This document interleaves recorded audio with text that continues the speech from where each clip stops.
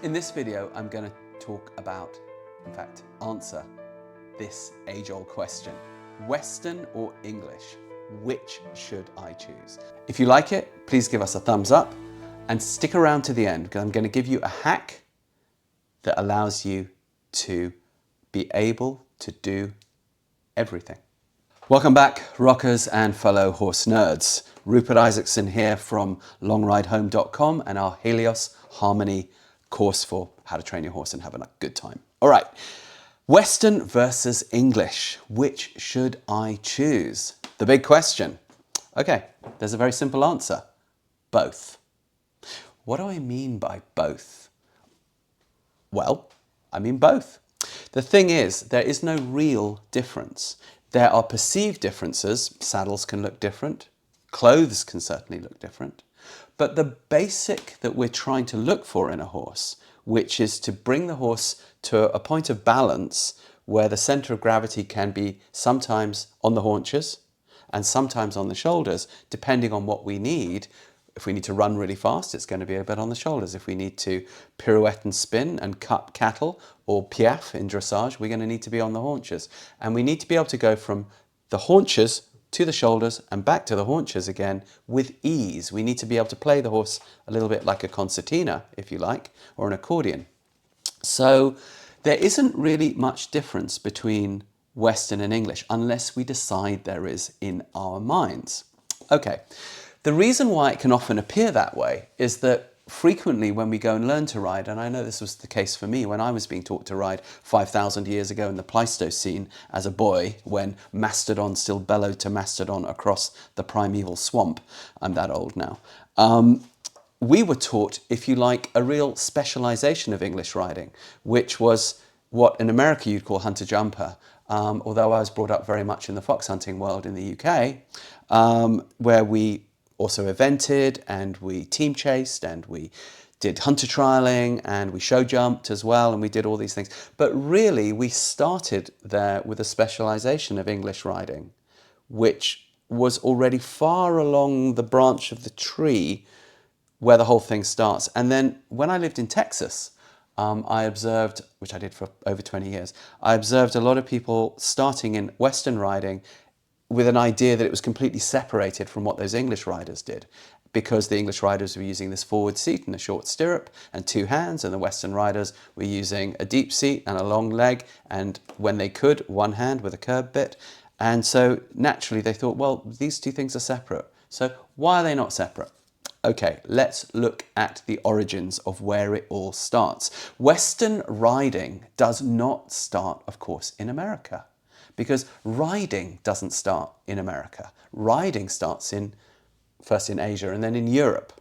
And of course, it went to the Americas with the Europeans. And then, of course, the Native Americans very, very quickly picked it up, made it their own, improved upon it in some ways. But nonetheless, the animals themselves and the people training and working and breeding those animals were coming from Europe. The conquistadors who came over at the end of the 15th century into the early 16th century were coming from southern Spain and southern Portugal, the areas that we now call Andalusia, Extremadura, the Algarve, the Alentejo, the Ribatejo. It's one sort of big area there. And of course, that's where you find cattle ranching, open range cattle ranching on very, very large estancias, estates with oak savannas, and cattle living free underneath them. Bullfighting is a big thing, but they're also just raising cows and eating a lot of beef.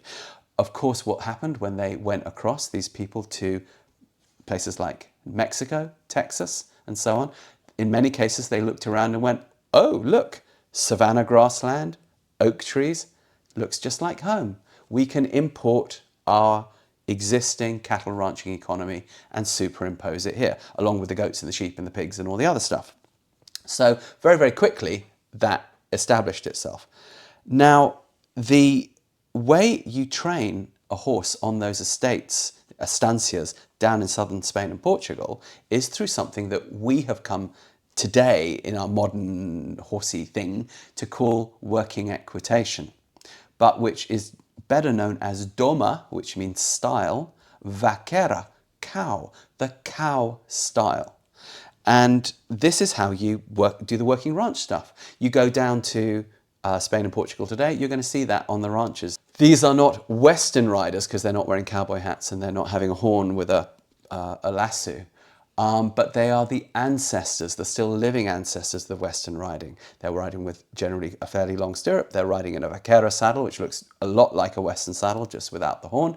And while they may not be using a lasso, they are often using a garrocha, a lance, because they're not just trying to get cows to herd towards them. They're working bulls as well, and they're trying to keep those bulls away from them. That's where the lance comes in.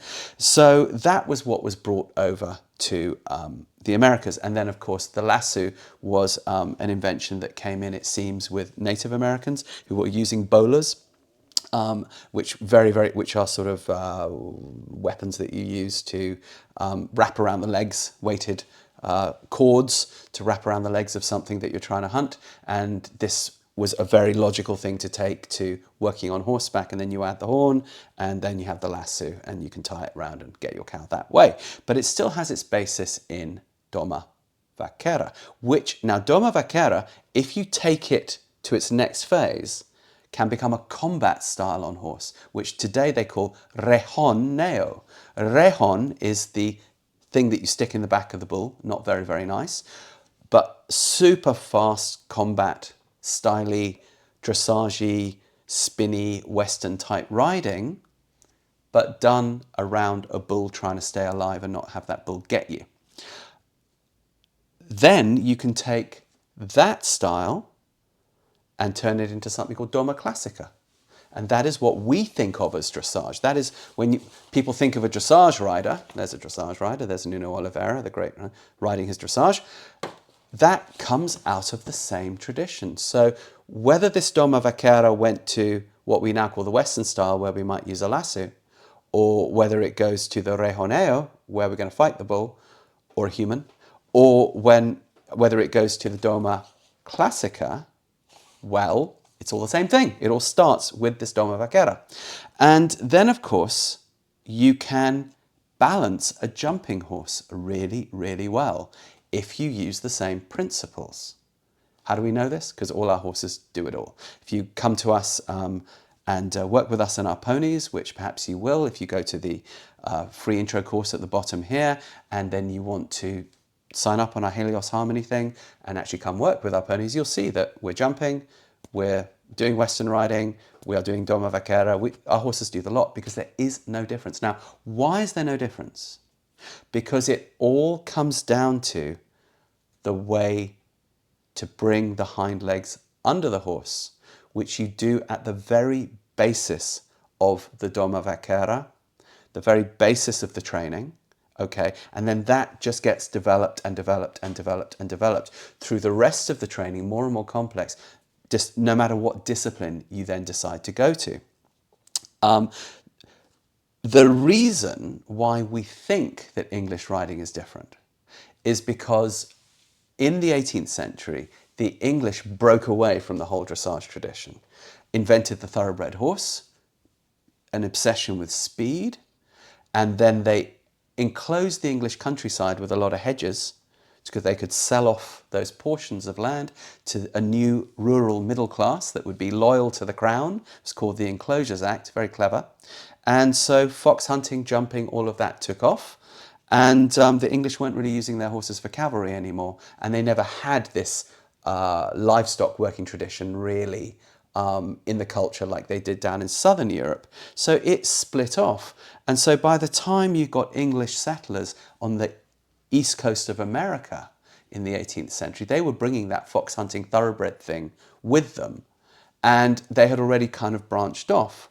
However, when after the 1840s war between Mexico and the USA brought all of those Sunbelt states, all those ones along the Mexican border, into the USA, what happened? Oh gosh, a lot of people from east of the Mississippi, many of whom were born in Northern Europe, by the way, many of whom were of German or English or Scots-Irish ancestry, took over a lot of these estancias and haciendas that the Mexican Americans at the time, Tejanos and so on, were running. And adapted their East Coast style to this Doma Vaquera thing, or the buckaroo, the vaquero thing, which is still practiced in California, which is Doma Vaquera, and created the Western riding that we kind of know today. So it all comes down to the same root, the same stem. Now, I promised you a hack. What's the hack that allows you to train your horse to do any of those disciplines? So I want a horse that's an all-rounder. I want a horse that can do the barrels. I want a horse that can be a roping horse. I want a horse that can do Western pleasure. I want a horse that can do dressage. And I want a horse that can jump and take me out hunting, perhaps, even though I don't live hunt anymore. We drag hunt. Okay. It comes down to 2 patterns, just 2 patterns, which you do on the ground, not ridden.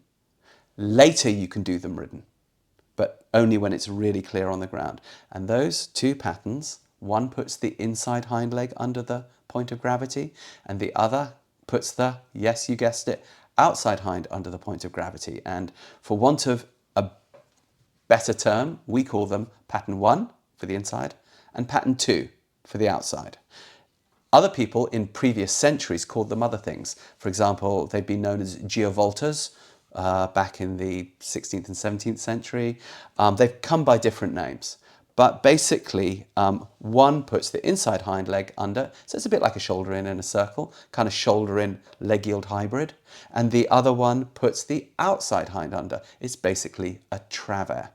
And then those things can go into all the lateral movements that we know today. So leg yield, shoulders in, counter shoulders in, travers, half pass, renvers, those 6 things. And when those things can happen, well, the horse is so balanced, can collect or extend. We can play him like a concertina, like we said at the beginning, and either bounce like a basketball on the spot, or spin on a dinner plate, or jump a big fence, or catch a cow, or serve an autistic child, as we do. Any of the above. There is no difference. It all comes from the same stem. So we don't need to say, I'm a Western rider or an English rider. We can express a preference. I can say, hey, I really enjoy cross-country jumping, or hey, I really love rodeo. But if we understand that the good training always comes down to this business of putting an inside hind and an outside hind, these 2 patterns, under the point of gravity, we can do it all. And so can our horse. And horses are like us. They like versatility. They like variety. They get bored easily. They're very curious. So why not give them a variety of work to do? I know I enjoy it. You probably enjoy it too. Okay, how do you do these patterns? Easy. See that intro course, that free intro course down below? We show you all about it there.